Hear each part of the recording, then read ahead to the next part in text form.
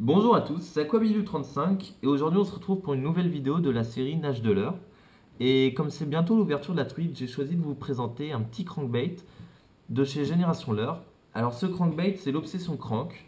C'est un crankbait qui est destiné pour la pêche en ultra léger, vu qu'il fait 2,8 grammes pour 2,8 cm. Donc c'est un tout petit crankbait et c'est un crankbait flottant. Donc qui va vous permettre de pêcher entre 0 et 50 cm sous la surface de l'eau. Alors moi je l'utilise pour la pêche par exemple des truites dans des petits ruisseaux. C'est un leurre qui va nager même avec une très faible vitesse de récupération. Donc vous allez pouvoir en fait laisser le leurre nager tout seul dans le courant et le ramener tout doucement. Généralement c'est un leurre qui est assez discret vu qu'il n'a pas de billes à l'intérieur.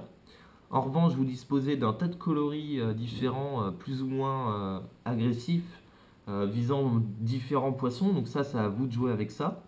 Vous pouvez aussi l'utiliser par exemple pour la pêche des chevennes en été, la pêche au plop, moi j'appelle ça comme ça. C'est-à-dire que vous lancez en fait 1 mètre devant le poisson le leurre, et quand le leurre va tomber dans l'eau, il va créer du bruit et le chevenne va venir le gober en fait en surface directement. C'est un leurre qui est vachement sympa parce qu'il possède pas mal de petits avantages. Par exemple, son corps est dodu et il a un hameçon simple à l'arrière. Et donc ça va vous permettre en fait de ne pas vous accrocher dans des embâcles. C'est-à-dire que vous allez pouvoir pêcher dans des zones un petit peu encombrées sans vous accrocher. Par exemple, vous pourrez gratter une rivière peu profonde sans ramener plein de mousse. Vous allez pouvoir passer à travers quelques branches dans une cave. Vous allez pouvoir pêcher entre des nénuphars si vous pêchez par exemple dans une rivière un petit peu plus grande en surface, les chevennes ou le black bass. Euh, En plus de ça, l'hameçon qui est fourni avec le leurre, c'est un hameçon simple, fort de fer, sans ardillon.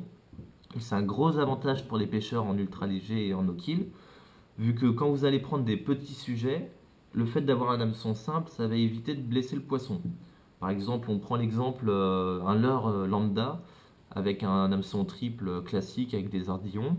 Un petit poisson qui va être piqué par ce triple va avoir beaucoup plus de dommages qu'avec un hameçon simple sans ardillon. L'hameçon triple, il va enlever de la chair, il va sûrement abîmer le poisson, surtout l'ardillon qui fait mal au poisson en fait. Et alors que là, vous n'avez pas d'ardillon, vous avez qu'un hameçon simple. Ça fait comme vous quand vous faites une prise de sang, c'est juste une piqûre pour le poisson au niveau de sa bouche. Bien sûr, c'est pas parce que vous avez un hameçon simple qu'il faut vous autoriser à lancer le poisson par terre, etc., hein. Mais c'est juste que ça va vous permettre en fait de moins abîmer le poisson, de moins lui faire de dégâts et donc de faire un no-kill plus propre.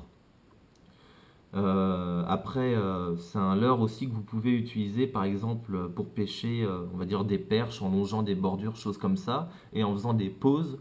Et en fait, au moment de ces pauses, le leurre va remonter, ce qui va lui faire une nage, on va dire, active et en même temps assez lente.